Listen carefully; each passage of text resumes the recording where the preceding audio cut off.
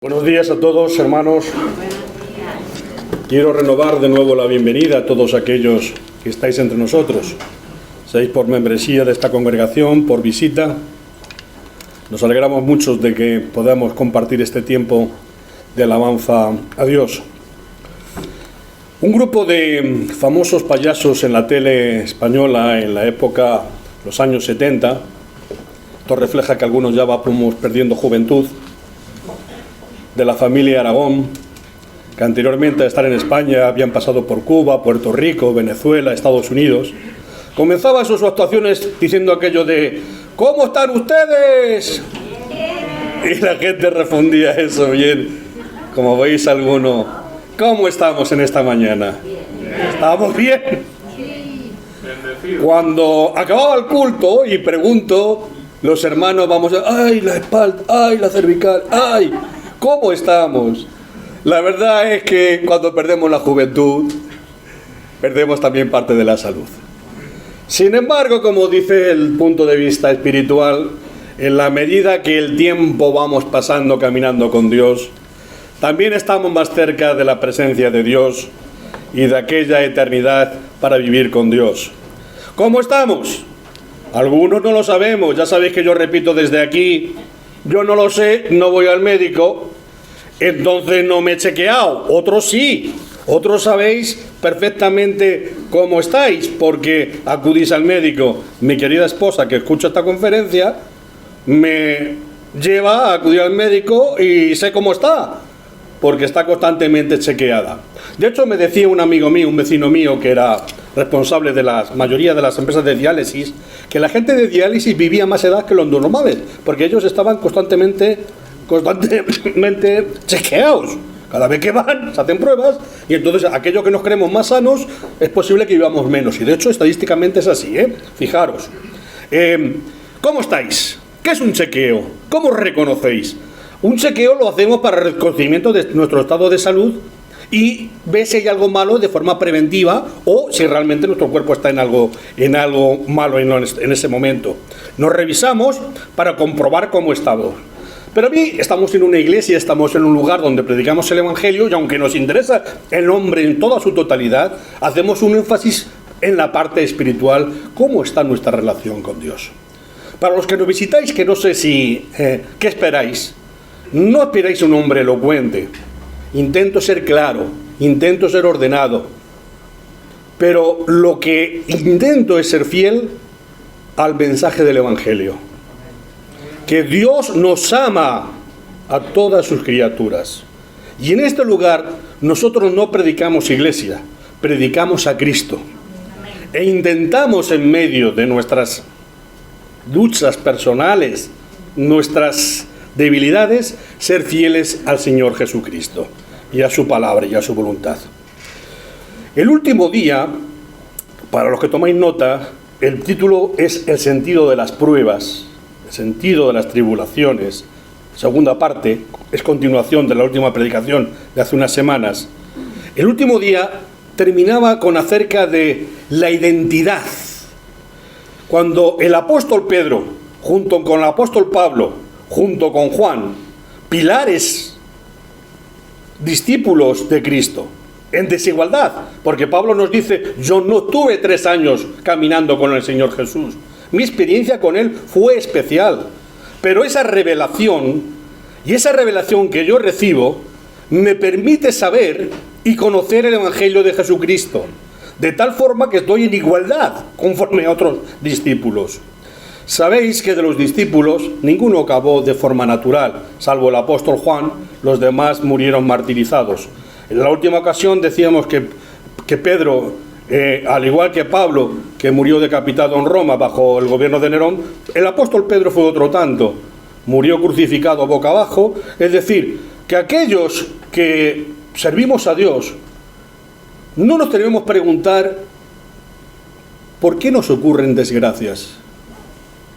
Como diría el Señor Jesucristo, no solamente tenéis el privilegio de haberme oído, sino también de sacrificar vuestras vidas a mi servicio. Es un privilegio que recibe una corona. Es el argumento, no es un argumento mío. Yo intento ser fiel al texto bíblico. Por eso aquí leo la Biblia y la intento explicar e intento poner de mi propia cosecha lo mínimo posible. Pero vamos a intentar volver a esta idea. Señor, Pedro dice, vosotros, cuando habéis conocido a Cristo, tenéis una nueva identidad. ¿Qué me quieres decir, Pedro? Acláramelo. ¿Qué es? ¿Recuerdas el texto? Sois un pueblo santo, un real sacerdocio, una nación santa, un pueblo dedicado a Dios. Entonces, ¿qué me estás diciendo? Que ahora, al haber creído en Jesucristo, tenéis unos rasgos propios, como individuo, como comunidad, que os caracterizan, que os hacen diferentes, incluso a vosotros, a lo que erais antes de conocer a Cristo. Ya no soy yo. Esto lo hemos oído de testimonio. Aquellos que caminaban con vosotros y se emborrachaban con vosotros, decís que ahora no vais de farranda y de juega con vosotros. He caminado. Ahora no necesito del alcohol, de la droga para sentirme gozoso. Necesito caminar en la presencia de Cristo para vivir una vida auténtica. Y se extrañan. Claro, es que somos unos bichos extraños. Mira que no vamos como va el margen del mundo. No necesitamos embriagarnos con drogas, sino embriagarnos con el Espíritu Santo. Que necesitamos embriagarnos. Que la vida nos supera, hermanos. Y necesitamos, pero Dios nos ha dado el privilegio de otra alternativa. La vida me desespera. Ahí tengo alcohol, un porrito, una droga, algo más fuerte, una sustancia. No. Señor, doblo mi rodilla en oración para que me des solución a este problema que no puedo resolver. A este conflicto que tengo ahora, sea personal, familiar, comunitario. Señor, en medio de tanto dolor, de tanto sufrimiento, dame la respuesta a mi corazón. Qué privilegiados somos. Porque diría el apóstol, vivo bajo el poder del Evangelio. El poder del Evangelio es un poder para valientes, porque no es el poder de alguien que se refugia en sustancias, sino a alguien que hace depender su vida de la confianza en Dios. Y hay que ser muy valiente para vivir en esta vida, desde la juventud, hermanos, desde la juventud, para vivir siendo diferente, teniendo una identidad diferente, rasgos diferentes. Os extrañan de que no os comportéis como ellos. Bueno, no han conocido a Cristo, no pueden operar a otra historia, no pueden colgarse de la fe en Cristo. La conciencia de que una persona respecto de sí mismo, que nos convierta en distinto a los demás. Yo he contado alguna anécdota que cuando era más joven, 11, 12, 13 años, teníamos un bicho raro en nuestro colegio. Un bicho raro que no se comportaba con los demás. Molestábamos a las chicas, estudiábamos mal, hacíamos que... Ese bicho raro era testigo de Jehová. Se distinguía desde su juventud. No era evangélico, era un testigo de Jehová. Alguien cuya fe, aunque desde el punto de vista de nosotros no todo lo acertada posible, pero era distinto. Y no iba acomplejado por ser distinto a los demás. Posiblemente era ejemplar, porque su conducta nunca le castigaron. Hasta este que tenéis aquí, hubo una época en que le hacía gracia a los malos y gamberros. Tenía un compañero que siempre le echaban al pasillo. Como era muy divertido, hubo una época que yo dije, tengo que estar con este, porque es muy gracioso. También me echaron al pasillo. Mis profesores se extrañaban de mí, porque yo era un viejo desde joven. He sido siempre un hombre muy formal, muy regular, pero hay veces en que nos atrae la conducta de los malos y también la conducta de los malos. En aquella época reconocí mi primer 0 en alguna asignatura, porque los malos te hacen pasar por desaprobaciones. Tú sacas tu pasaporte, tu documento de identidad, y te dice quién eres. ¿Realmente te dice quién eres? No. Un documento de identidad no refleja lo que somos, quién somos. Como muchos reflejan en qué país hemos nacido, en qué momento hemos nacido, bajo qué gobierno hemos nacido, pero no lo dice todo de nosotros. Sin embargo, la identidad, cuando Dios nos da una nueva identidad, como dice Pedro en su primera carta, nosotros ahora que somos pertenecientes a un reino espiritual que os va a identificar. De tal modo que yo puedo decir, esa identidad me acerca a ti. Tú has nacido aquí, hemos nacido en países muy diversos, muy diferentes. Hay ciudadanos de los Estados Unidos de América, de Bolivia, de Ecuador, República Dominicana, Honduras, Perú, etcétera, etcétera, etcétera. Es una bendición. ¿Pero qué nos une a nosotros? ¿Nuestro pasaporte? No. Nuestro pasaporte, nuestra ciudadanía celestial. Hace que nos sintamos, hace que nos comprendamos, hace que incluso en un idioma que no entendemos, nuestra sonrisa, nuestra fe en Dios nos hace cercanos. Cuando el apóstol Pablo, qué curioso, yo había pedido Filipenses 3, pero ha leído Efesios 3, perfecto, perfecto, lo completa. En Efesios, Pablo dice, estando en Roma, la prueba que yo estoy sufriendo ahora, en cuanto a encarcelamiento, podría ser una contradicción. Señor, vamos a ver, tú quieres que yo lleve el evangelio a todo el mundo y me tienes aquí preso. A ver, ¿cómo? ¿No hay internet? No puedo, tengo que viajar, necesito físicamente y estoy sometido temporalmente a una prisión. Los hermanos dicen, esto es una contradicción, y fue un tropiezo para muchos hermanos, pero para la gran mayoría fue una bendición. Cuando me han visto que más bien esta tribulación que estoy pasando está redundando en bendición para los hermanos, porque ahora se atreven con más coraje y más valentía a testimoniar. No había ocurrido solo en Jerusalén, frente a Pedro y Juan, cuando las autoridades le dijeron, sois libres, pero cerraos la boca. No habléis en nombre de Cristo. Pedro y Juan dicen, ¿de verdad? Juzgad vosotros. Si es prioritario obedeceros a vosotros antes que a Dios. La opción de ellos fue, no cerraron la boca en nombre de Cristo. Porque hablar en nombre de Cristo trae vida, luz y salvación a toda la humanidad. Hablad en nombre de lo que nos limitan las autoridades de este mundo, es impedir la obra de Dios. Bien, Pablo diría en un momento, en ese sentido de orgullo, desde el punto de vista de su identidad, en Filipenses, yo tengo también de qué confiar en la carne.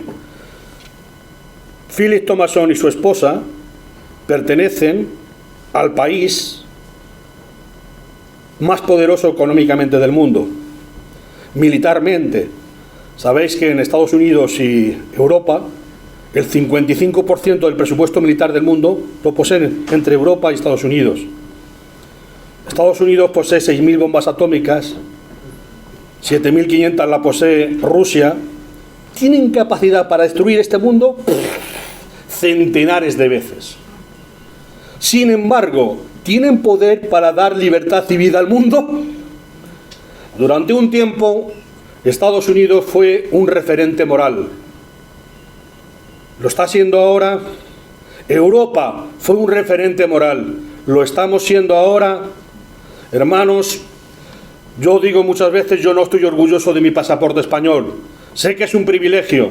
Posiblemente entre el pasaporte europeo y el pasaporte norteamericano nos abren las puertas de muchos países. Si tuviera un pasaporte de un cubano, estaría limitado, como he sido testigo de esto muchas veces, o un pasaporte de otro de vuestro país. Pero yo os digo, diría Pablo, yo soy judío, hebreo, de la tribu de Benjamín, siempre fiel a Dios, los primeros en la guerra. Pero para mí, cuando conocí a Cristo, lo menosprecié, lo tengo por basura y lo tengo por orgullo. El pertenecer y mi identificación es siervo de Dios, perteneciente al reino de Dios. Amén. La iglesia tiene que estar orgullosa de que soy miembro del reino de Dios. Y allá donde estemos tenemos que servir a Dios antes que la política de los hombres. Pablo subraya cuál es su verdadera identidad, lo que le define en cuanto a ciudadanía y en cuanto a propósito de vida.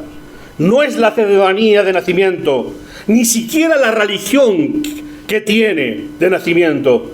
Y evidentemente tenía muchos motivos para tener una relación orgullosa. Por ningún Dios había mostrado al hombre como se había mostrado al pueblo hebreo, al pueblo de Israel, con hechos poderosos. Y os digo más, hermanos, Me sorprende el poder de la palabra. Cuando Dios manda ese decálogo, Éxodo 20 nos dice: recordaos que Dios es el Dios que os liberó, el Dios que os dio libertad en una época en que erais esclavos, en una época en que no podíais determinar cuánto de lo que sembrabais comíais, porque el gobernador os limitó la alimentación, incrementó vuestro trabajo, os prohibió tener hijos, os obligó a abortar, y Dios es el que Dios os libera. No perdáis esto nunca de vista, jóvenes. Desde el púlpito predicaremos lo que predicaremos, pero si quieres vivir como una persona libre, cree en Dios, confía en Jesús, porque solamente si Cristo libera tu vida, Él te hará libre. No es metafórico, no es retórica, es una realidad palpable. Si Dios te hace libre, puedes vivir libre.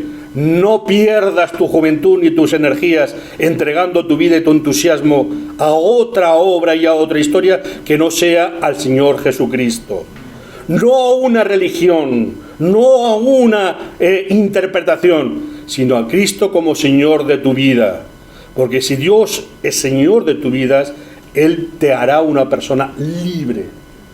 Libre y gozosa y alegre y vital. Ningún sufrimiento de este mundo podrá apagar la alegría del Señor. Temporalmente sí, porque pasamos pruebas. Todos pasamos pruebas. ¿Quién no ha pasado pruebas en la vida? ¿Quién ha seguido una recta lineal en el crecimiento? ¿Quién ha subido una escalera y no se ha tropezado nunca? ¿Quién? El que está libre de tropezarse, que aloje la primera piedra. Pero Dios está con nosotros. ¿Y tú estás con Dios? Pablo subraya: no pertenezco a un partido político, y en el mío hay muchos en esta época. Algunos que dicen que colaboremos con Roma, otros que no, otros que hagamos la revolución, otros que lo dejemos pasar, otros. No colaboro con una idea económica ni filosófica. Yo me he encontrado con la persona de Cristo y con el mensaje del Evangelio, y no me avergüenzo, diría él. ¿Por qué? Porque he encontrado en el Evangelio el poder que motiva mi vida, el poder para transformar la realidad, el poder para levantarme cuando me caigo, el poder para entenderme con mi esposa cuando tengo un conflicto, el poder para entenderme con mi país cuando mi país me pone en un conflicto, el poder que resuelve todos los conflictos y sobre todo da una resolución que no daña a nadie. Jesús nos enseña a no derramar sangre ajena, pero también nos enseña a que si es necesario arrojemos nuestra propia sangre a su servicio. Porque es digno del Evangelio que sus seguidores entreguemos y sacrificamos su vida. ¿Cuál era su ciudadanía, Pablo? ¿Cuál es tu ciudadanía? Pertenezco al reino de Dios. ¿Cuál es tu ciudadanía y cuál es tu orgullo? Formar parte de la iglesia del Señor, de la iglesia de Jesucristo, es mi orgullo. Las pruebas, pasamos por pruebas y se demuestra nuestra fe. Abraham, dame tu hijo. Señor, qué contradicción, lo veíamos hoy. Qué contradicción. Señor, me pides mi hijo cuando ha sido la bendición que me diste después de tantos años de pregunta y de cuestionamiento. Me pides que te sacrifique a mi hijo cuando ya está en una edad avanzada y ya está casi en edad de darme nietos. Me pides que sacrifique a mi hijo. Sí, estoy probando tu fe. Estoy probando tu fe. ¿Cuánto me amas? ¿Cuánto me amas? ¿Me amas más que todos? ¿Me amas más que tu hijo amado? Me imagino a Abraham en una prueba insondable, entre la razón, la fe y el corazón. Señor, te amo, pero amo a mi hijo. ¿Cómo me entras en esta contradicción, Señor? ¿Cómo me sometes? Te estoy sometiendo porque quiero ver cuánto me amas. Porque la vida nos puede llevar a pruebas en que nos pone a pruebas en saber si amamos más a Él que a otras causas o a otras personas. Y Jesús nos aclararía que el que ama más a padre o a madre más que a mí no es digno del Evangelio. Sí, Señor, qué difícil. Por eso diría, Señor, no nos pongas a prueba, por favor, no nos pongas a pruebas. Pero somos probados. Y como diría Jesús, si le amamos y confiamos en Él, Dios nos dará la victoria y nos dará la salida. Un ángel del Señor fue enviado e impidió que Abraham sacrificara a Abraham. No me puedo imaginar el gozo tan profundo que sentiría Abraham. Algunos, cuando hemos vencido, Dios nos ha dado la salida a pruebas, sentimos ese gozo y comprendemos milésimamente cómo pudo ser el gozo de Abraham. Dios prueba nuestras convicciones y también nos enseña a vivir en esperanza. ¿Lo entendemos? Nos enseña a vivir en esperanza. La gente dice, y no sé quién mandó esta semana que la Iglesia Católica quería que enterráramos la Biblia porque era libro muy antiguo y que había que actualizarlo, que la gente no iba a la iglesia porque estamos con un libro antiguo. Mirad ese libro antiguo que nos habla de historia y nos habla del Evangelio de Cristo. No lo contamos para mirar al pasado, sino para saber vivir el presente mirando al futuro. La Biblia habla de esperanza. La Biblia dice, mira por el espejo retrovisor, pero para avanzar, no para quedarte, no para mirar atrás, sino para vivir mi futuro. Y lo que os digo es que la Biblia dice, los cristianos vivimos en la esperanza de un mundo mejor, un cielo mejor, una tierra mejor. Y mientras tanto, nosotros somos sus edificadores, sus constructores. El fundamento Cristo, pero todos somos un pequeño ladrillo en la casa de Dios. Cuando Pedro dice, muy bien, entonces vamos a ver, Señor, aclárame por qué entonces en este mundo, en este siglo I, los cristianos que te seguimos, además de nuestros problemas por ser ciudadanos de un mundo en conflicto militar, ¿por qué tenemos también, además, somos especialmente perseguidos por nuestra fe? Porque diría Pedro, mira, es necesario que nuestra fe pase por diversas pruebas. ¿Para qué?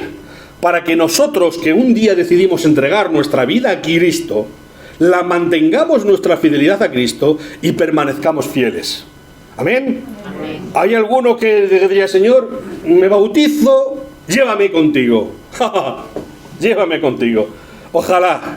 A veces la vida es tan difícil que ideal sería hacernos amigos de Cristo y pasar a vivir la eternidad con Él. Pero otros tantos es necesario, dice aquí, que a través de pruebas demostremos quiénes somos. Sin embargo, las dificultades o nos matan o nos hacen más fuertes. ¿No es así? El sentido de la enfermedad, diría Pedro, Dios nos guarda por el poder de Dios mediante la fe. Dice que hay una idea de que el sufrimiento actúa como un fuego purificador que prueba la autenticidad de la fe. ¿Cuántos de nosotros somos auténticos cristianos? A lo mejor, si mi fe fuese probada, no sería tan valiente como tú. ¿Y cómo puede venirnos una prueba? ¿Cómo puede venirnos una prueba? ¿Y qué tipo de pruebas? La fe es probada. Y él dice, compara la prueba de la fe en los cristianos como el oro que es probado. He estado leyendo en internet a cuántos grados se separa el oro de la escoria. Entre 900 y 1000 grados, bajo presión. ¿A qué temperatura de nuestra vida se prueba nuestra fe? Pues dice que el oro es refinado por un proceso, así el sufrimiento en nuestras vidas refina la calidad de nuestra vida. ¿Lo somos? Las personas que pasan por enfermedades comprenden a otros enfermos, fortalecen su vida, saben que la carga de la vida es decadencia. Cuando vino por primera vez Philip hace muchos años a esta iglesia, allá por los años 60, 70, tenía pelo, era joven, yo también, era joven. Prometíamos mucho en la vida, y la vida nos va proporcionando de alguna forma esta pérdida de juventud que es normal. Los jóvenes que ahora también vais a ser mayores. Nosotros éramos jóvenes ayer, ayer. Ya sabéis que los viejos siempre decimos estas cosas. He vivido tan brevemente la vida. Nuestro hermano Monroy, que predicará el domingo, que está en los 90, comenzó aquí y escribe y dice, le parece ayer. Por eso la Biblia nos dice, enséñanos de tal modo a contar nuestros días, que seamos sabios en nuestro caminar, que aprovechemos el tiempo, que lo disfrutemos. Y Dios es el que nos ayuda a disfrutar de la vida. Bueno, este tema de permanecer firmes en medio de las dificultades, ¿qué es esto? ¿Acaso es una idea griega, estoica, aguantemos el sufrimiento? No. Dios no nos ha llamado al sufrimiento, nos ha llamado al gozo y al disfrute. Que el sufrimiento venga, bien, pero mi capacidad de tener paz y gozo en medio del sufrimiento es más potente que las pruebas que vengan a mi vida. ¿Amén? Bienaventurado, dice, Padre nuestro. A nosotros, en el Padre nuestro, ¿qué dice? No nos metas en tentación, pero si viene una prueba, líbrame de actuar de forma mala. Líbrame en medio de una prueba actuar mal. También nos proporciona a los cristianos una oportunidad de testimonio de nuestra esperanza. Dice Primera de Pedro, santificad a Dios al Señor en vuestros corazones y estad siempre preparados para presentar defensa con mansedumbre. A mí me cuesta esto de la defensa con mansedumbre. Eso de ser manso me cuesta, Envidio al hermano Johnny y a otros hermanos templados. Cuando a mí alguien se opone a Cristo, se pone, enseño las uñas. Y la verdad que enseñar la fe en Jesús con cierta agresividad no ayuda. Me preocupa tener mansedumbre, pero es que al fin y al cabo cada uno somos como somos. Tenemos los rasgos de carácter que hemos nacido. Y Dios sabe que perro ladrador, poco mordedor. Mi nieto se ríe de mí. Cuando veas al abuelo ladrando, dice, ese no es el abu. El abu siempre va a hacer lo que yo diga. Como mi mujer. Ojalá nosotros ladremos y no mordamos. Ladremos a otros en la defensa del Evangelio, pero llevemos la esperanza con mansedumbre a otros. No somos gente acomplejada. Un cristiano no vive acomplejado. Un cristiano vive orgulloso de su fe en Cristo. Porque yo no me avergüenzo de Cristo. Me puedo avergonzar de quien me represente en un momento determinado, en mi país, de mi embajador, de mi presidente, porque no me representa los valores que yo tengo. Pero de Cristo avergonzarme, estamos orgullosos. Aún los que no creen están orgullosos de Cristo. Imagínate para los que somos creyentes. Pedro nos exhorta a adoptar una actitud activa en medio de las dificultades, para que mostréis a otros la bondad de Dios, pues Él os ha llamado a salir de la oscuridad y entrar en su luz maravillosa. En tu luz veremos la luz, Señor. Jesús es luz de nuestra vida, es sal de la tierra que preserva. En un mundo en corrupción, Jesús y sus valores están vigentes. ¿Y qué hacer ante tantas injusticias de la vida?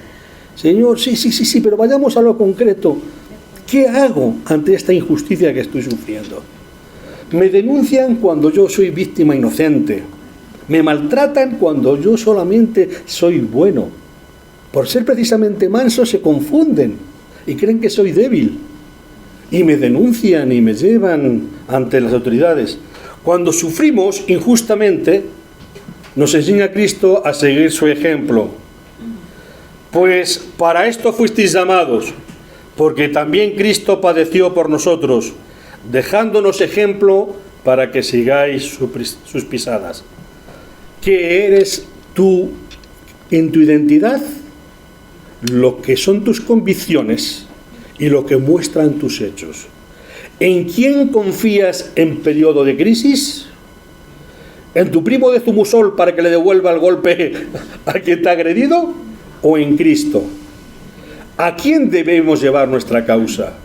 Nuestra causa debemos llevarla a Cristo. Cuando la causa la llevamos a Cristo, el invisible se hace visible. Cuando nuestro problema lo llevamos a Él, Él lo resuelve a su manera, mucho más inteligentemente que nosotros, mucho más sabio que nosotros. Muchos de los que estamos aquí podremos dar testimonio de esto a lo largo de nuestra vida. ¿No es así? Dios ha respondido a nuestras oraciones en muchos momentos de injusticias. Y es más, dice el texto, el cual no hizo pecado, ni se halló engaño en su boca. quien cuando le maldecían no respondía con maldición, cuando padecía no amenazaba, sino encomendaba la causa al que juzga justamente. Cuando yo era joven hice karate, porque para poner la otra mejilla hay que estar confiando en uno mismo. Me encontré con personas que iban así. Una de ellas, más bueno que el pan, me decía: mi hermana es maltratada por su marido, quiero hacer karate para defender. ¿De verdad? ¿Es la solución? Yo preguntaba, los que conducimos, vamos conduciendo y nos pilla un loco, nos toca la bocina y tú dices, ¿qué he hecho mal? Y el loco te adelanta de mala manera y tú te dices, voy a demostrarle a ese loco que yo soy más loco que él y le voy a adelantar. ¿De verdad que se interrumpe así a un loco? Alguna vez lo he hecho y luego me he dado cuenta, pero qué locura estoy haciendo. Me estoy enfrentando a un loco. No puedo hacer una respuesta loca. Tengo que hacer una respuesta mansa. Si él quiere matarse, que se mate, pero no cuente conmigo. Si yo quiero apoyar a mi hermana en un caso de un abuso, bueno, estamos en una época en que sabéis que cualquier denuncia, cualquier historia lo resuelve. La violencia no resuelve la violencia. Lo que hay es que fortalecer a tu hermana para que no crea que tiene que aceptar la violencia gratuita, venga de donde venga, y mucho menos del marido que convive con ella. Pero aún así, a los jóvenes yo les digo, siempre los que me habéis oído, yo ladro mucho, pero soy incapaz de hacer violencia. Pero eso sí, me pongo en mi sitio, y para ponerte en tu sitio tienes que tener confiar. Nada hay superior cuando tú confías a Cristo. Y esto me ha ocurrido en ocasiones concretas y reales físicamente. Yo he llevado mi ocasión a Cristo y Cristo me ha librado de cosas que yo creo que eran muy serias. Entonces, si queréis tener un amigo, un primo de zumo sol, la mejor alternativa es Cristo. Porque Cristo va a responder por ti cuando haya abusos y injusticias en tu vida. ¿Qué es la vida cristiana? La vida cristiana es la vida de personas que queremos vivir consecuentemente con el mensaje del Evangelio. Y Pablo describen el proceso de salvación como un proceso continuado, obteniendo el fin de vuestra fe, diría Pedro en esa primera carta, que es la salvación de vuestras almas, la salvación de mi vida, en el cual los creyentes vamos creciendo desde nuestra fidelidad a Dios bajo una presión. Como comprenderéis, ni en los Estados Unidos, ni en otros estudios, hoy comentaba que en estos días en el estado de Maryland han aprobado el aborto hasta una persona nacida hasta con 28 días. Con 28 días de nacido. Las autoridades han aprobado. Puedes asesinar a tu hijo. No, tú en vientre. ¿En qué mundo estamos? ¿Dónde está el puritanismo religioso de ese Estados Unidos? De esa supremacía moral. ¿Dónde?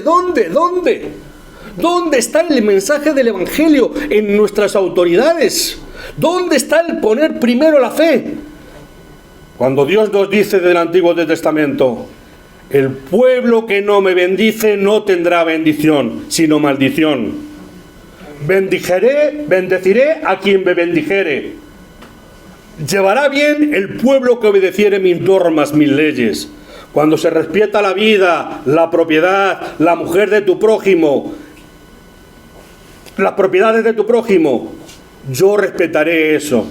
Pero en un mundo donde ha habido en 20 años más de 1.500 millones de abortos, más del 20% de la población abortada, y donde cada día se legisla en pro de la muerte y no a favor de la vida, Dios no puede bendecir a los países que aprueban estas leyes.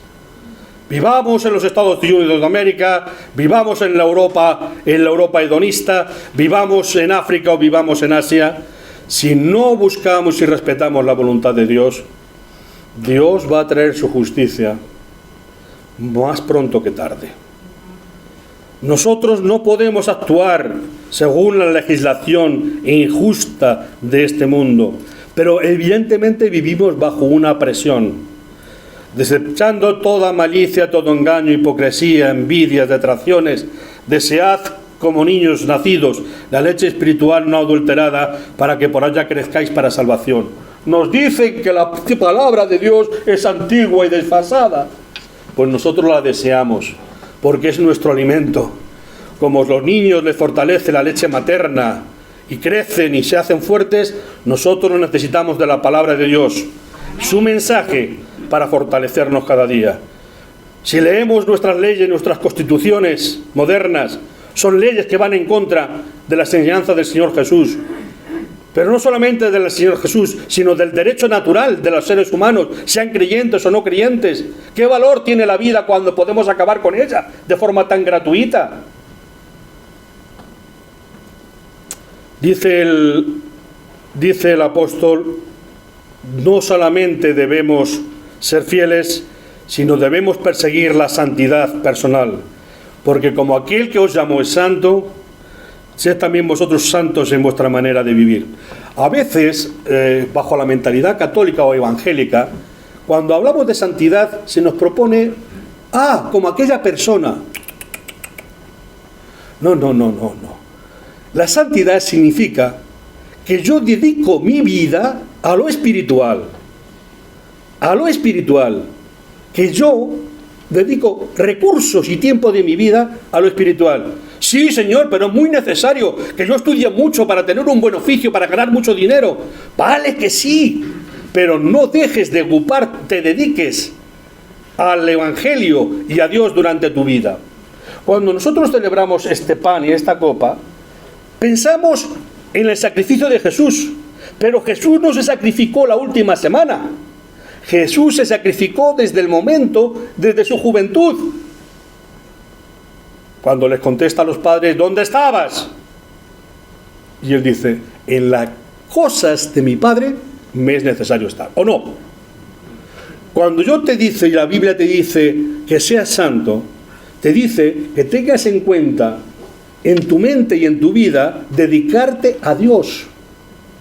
De hecho, Dios dijo, vale, ocúpate 6 días de la semana en los asuntos de la tierra, pero uno, dedícamelo por favor. Y cuando me lo dediques a mí te darás cuenta que en realidad te lo estás dedicando a ti. A que descanses, a que reflexiones, a que valores, a que tomes cuenta de lo verdaderamente importante. ¿Entiendes ese sentido de santidad? Si quieres ser santo, parte de tu vida, parte de tus esfuerzos, parte de tus energías, parte de tu alma, de tu corazón, tiene que dedicarse a Dios. Tú decides qué parte. Esto es como las ofrendas. Hay iglesias que dicen el 10% de ofrenda. Aquí no. Aquí exigimos el 100% de las ofrendas. Exigimos decir, pero nadie le pedimos cuentas. Es decir, ofrenda tu vida a Dios. Y cuando tú ofrendes tu vida a Dios, no tendrás problemas en dedicarle lo que tú quieras. Porque nadie te va a vigilar lo que ofrendas. Nadie. Lo que sí estamos enseñando es que nuestra vida, que ha de ser eterna con Dios, no tiene sentido que le dediquemos solamente una parte insignificante aquí. Porque no, es posible que nos encontremos una sorpresa en los cielos. La capacidad de gozo allí celestial a lo mejor depende de la capacidad de dedicación que le hemos dado aquí al Señor. Y cuanto menos tiempo te dediques aquí, a lo mejor en la eternidad, ¡ay, Señor! Como aquel, déjame hablar ahora que yo he fallecido para decir que es verdad que existe una eternidad contigo, que existe un cielo y existe un infierno. ¡Ay, Señor, déjame volver! No, hombre, ya tienen el Evangelio, ya tienen el conocimiento, ya tienen los profetas. A lo mejor lo que nosotros tenemos que hacer es no olvidarnos de que parte de nuestra vida hemos de dedicarla al Señor, sobre todo de los años más hermosos de nuestra juventud.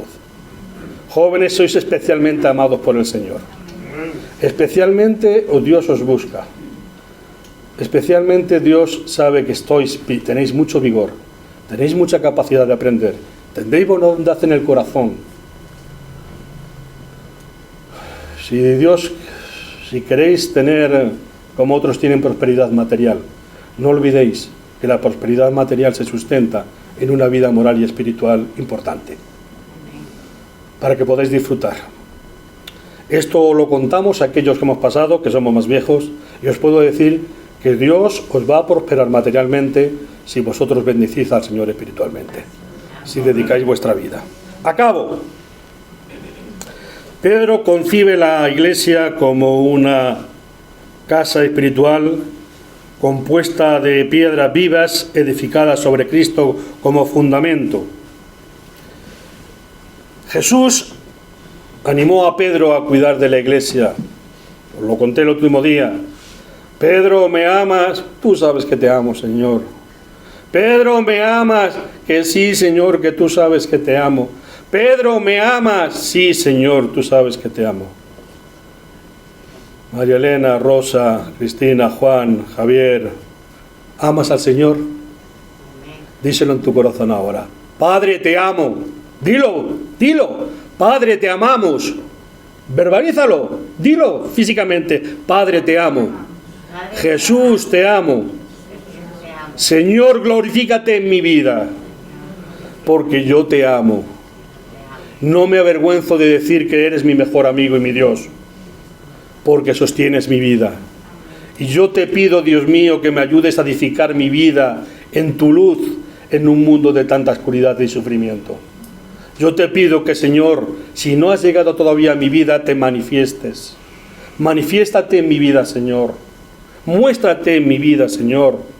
Necesito en un mundo de falta de fe que te manifiestes físicamente. Quiero tener un encuentro como el Pablo. Ya no voy a caballo, pero en mi coche, o en mi casa, o en el metro, o en una situación.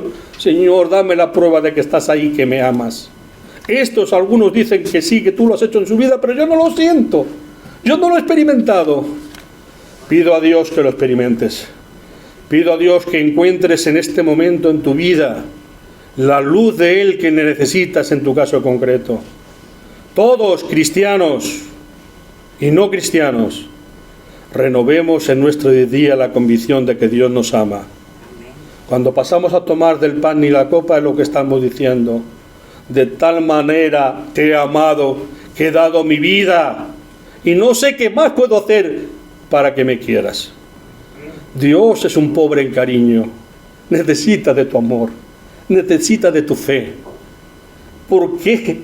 Si Dios lo tiene todo, no nos tiene a todos todavía. No nos tiene a todos. Tiene a muchos, pero quiere a todos. Si tú no estás incluido ahí, abre tu corazón en esta mañana. Dale una oportunidad a Dios, porque te das cuenta de que no te vas a sentir orgulloso de tu nacionalidad, sino orgulloso de vivir bajo la amistad de Cristo. Amén. Dios los bendiga a todos.